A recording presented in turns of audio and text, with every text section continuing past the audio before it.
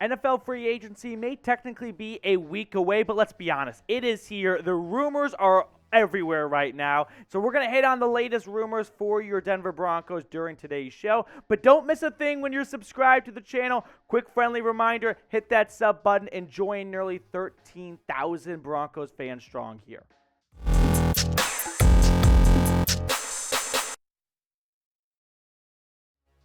Coming up on today's show, we're going to round up the latest NFL Broncos free agency rumors. They're all over the place, so we're going to condense it for you guys on today's Broncos Breakdown. And there's a lot of fun topics out there, but I want to start at the quarterback position because quarterback always leads, and it is about Jameis Winston potentially coming to Denver. So, but depending on when you're watching this, the Saints have already officially cut Jameis, but they likely / definitely will after signing Derek Carr. And by the way, quick segment here. Derek Carr out of the AFC West onto the NFC South.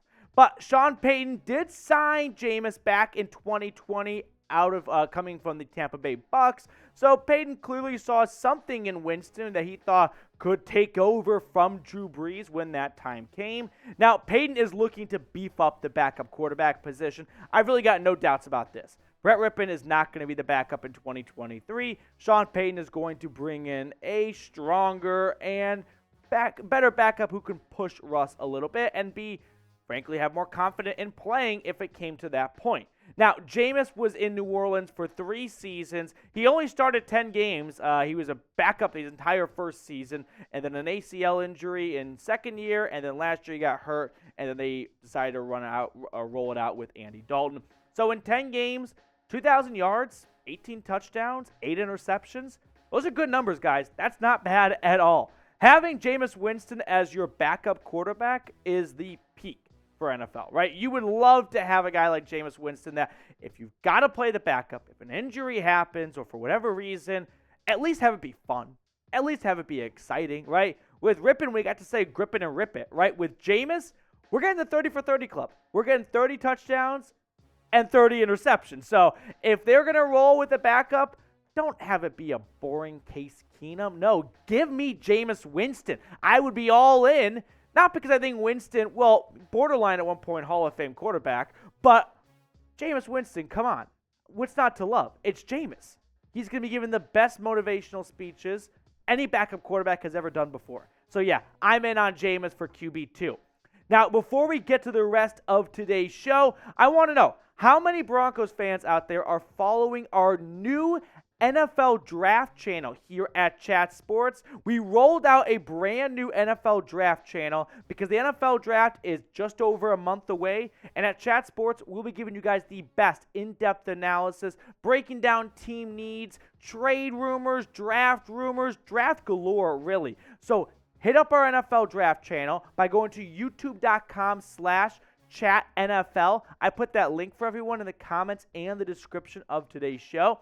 And Chat Sports is doing a challenge to see which fan base can comment their team name the most in the comment section. So get on over there, and then once you subscribe, spam Broncos in whatever video you're watching. That way we can see which fan base is the loudest and the proudest.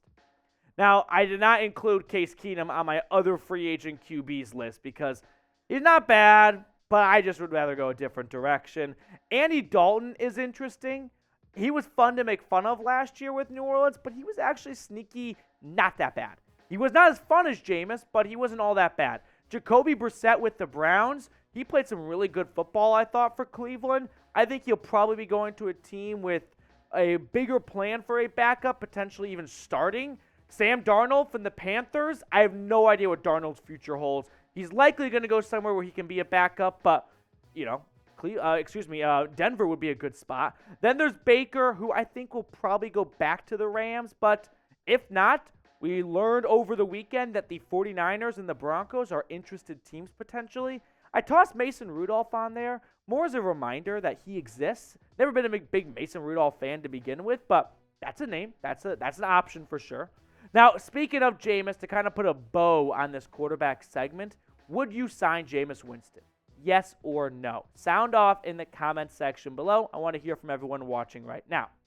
Next up on the show, maybe the reason why you clicked on today's video, Derrick Henry is reportedly / rumored to be on the trading block potentially. So it's coming from Dov, who is a mystery in of itself, and that's for a whole nother show. But he says, report the Titans are shopping star running back Derrick Henry, according to Mike Silver, who talked about it for Bally Sports.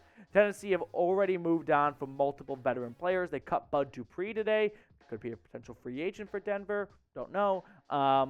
So let's discuss the idea of pursuing Derrick Henry, because the Broncos are in a weird spot at running back. They cannot count on Javonte Williams in 2023, but they also don't want to invest too heavily because they are hoping Javonte Williams will be that guy in 2024. So Henry turned 29 back in January. He is someone who breaks all the rules and norms for running backs, though. He is Tractor Cito. He is the king. He is don't bet against him until he says otherwise. So would the Broncos take a swing at Derrick Henry? I mean, when you look at his stats before we even answer that question, let's remind everyone that even when Derrick Henry was hurt in 2021 and missed half a season, he was still very close to putting up 1,000 yards. I mean, Derrick Henry each year, I go into a fantasy football draft, I think this is the year that Henry starts to decline, and every year I'm more or less proven wrong. So with that in mind, it'd be hard not to be excited about the idea of trading for Derrick Henry.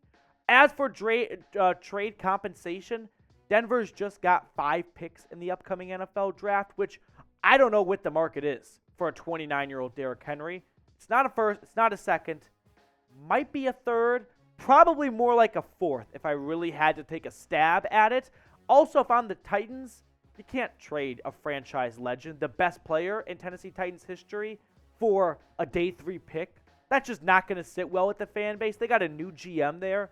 I don't know if the first move you want to make is that big move as a GM is I'm trading the best player in franchise history for a 4th or a 5th round pick. Like, that's not going to go over well. Now, in my opinion, the Broncos, they're simply just not in a position to take a swing at a 29-year-old running back. If Derrick Henry costs a 5th or less, yeah, why not? Every team should be interested in that offer. But if it's going to cost more, if it's going to cost something like a 3rd or a 4th, I just think those 5 picks are better used elsewhere. Not for a Broncos team that's not a 29-year-old Derrick Henry away from winning a bunch of games. They've got bigger worries to have. I'd rather just roll with a Latavius Murray or a rookie running back and not put in resources for Henry just to get 1 or 2 seasons out of him, which doesn't seem like Denver is one player away from hoisting the Lombardi next year. So here's the trade idea I came up with. It's Derrick Henry for a 4th. I'm the Titans. Am I really doing this? Like, come on. I mean, I'm speaking from like a, looking through the Titans lens right now. I would probably decline if I was Tennessee. But let me know. If you're the GM, right, if you're George Paton, would you do this trade? Would you trade away 20% of your draft assets, and one of the better ones being a 4th rounder, given that you don't have a 1st or a 2nd, for Derrick Henry? Let me know in the comment section below. Some other big-name players potentially on the market. Adam Schefter tweeted out that the Rams are expected to release outside linebacker Leonard Floyd if they cannot trade him first, per league sources. Floyd has had at least 9 sacks in each of his past 3 seasons. So let's break down Leonard Floyd here. He's expected to be released like we just learned. And also Denver was reportedly interested in Floyd back in 2020 when he signed with the Rams in free agency after 5 years in Chicago. So should the Broncos sign him if he is cut? Here's where I sort of lean on Leonard Floyd. He's probably underappreciated, underrated. As Adam Schefter pointed out, we're talking about a player who had 9 sacks in his last 3 seasons. Meanwhile, we're drooling over Draymond Jones, who hasn't gotten over 6.5 sacks. I mean, what are we doing here, right? If you're comparing those two, yeah, Leonard Floyd takes it by a mile. Like I said, the last 4 seasons, check out the stats for Leonard Floyd. He's someone that just hasn't gotten a ton of attention because he was a bit of a bust / just underwhelming 1st-round pick for Chicago. But with LA, 10.5 and 9.5 and 9 sacks on that defense that featured Aaron Donald and Von Miller for a stretch there, he really cleaned up when there's a lot of guys around him, too, that could take sacks away. The Broncos, in my opinion, they're in a weird spot at edge rusher right now. Can they count on Randy Gregory? That's the first question. If the answer is no, if the answer is let's be honest, we really cannot sink our teeth into him playing even 14 to 17 games a season. Well, then the next, the flow chart then goes, okay, will Nick Bonitto step up, right? Are you comfortable with Nick Bonitto stepping up for the games that Randy Gregory will likely miss? And then it's Bonitto and Baron Browning? If you're happy with that, then I don't think you need to go get Leonard Floyd. But if you don't have faith in Randy Gregory playing even 14 or more games, 13 or more games, and you're not all that confident in Nick Bonitto taking a huge sophomore step, then you look at your outside linebacker room, your edge rushers, and you go, we're likely going to lose Draymond Jones, and we just have Baron Browning, and it's not like he's always been good to play a full season.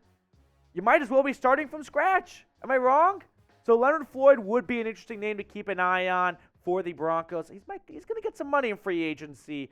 I don't know if Denver will back the truck up for him like they did after backing it up for Randy Gregory last year. Now, be the GM for me. Should Denver sign a biggish name pass rusher, right? After my little TED talk there, do you think it's wise for the Paytons to get together and go, yep, we have no faith in Randy Gregory. We have little trust in Nick Bonitto stepping up in year 2. We need to add another edge rusher. And if it's not going to be in the draft because the first 2 picks better be dedicated to the offensive line, then it's got to be in free agency. And that could be Leonard Floyd. Now, before we sign off and get on out of here, I saw this really interesting tweet I wanted to share with you all here. Zach Kelberman, who's a great follow, follows the Broncos, via Peter King. Broncos head coach Sean Payton plans to put an old car stripped of its rear view and side mirrors in the team headquarters parking lot for all players and coaches to see. As he said at the Combine, he wants his players and his new organization to look ahead and not behind. I'm going to be brutally honest with you. This is some cringy cheeseball shit right here. But it's Sean Payton.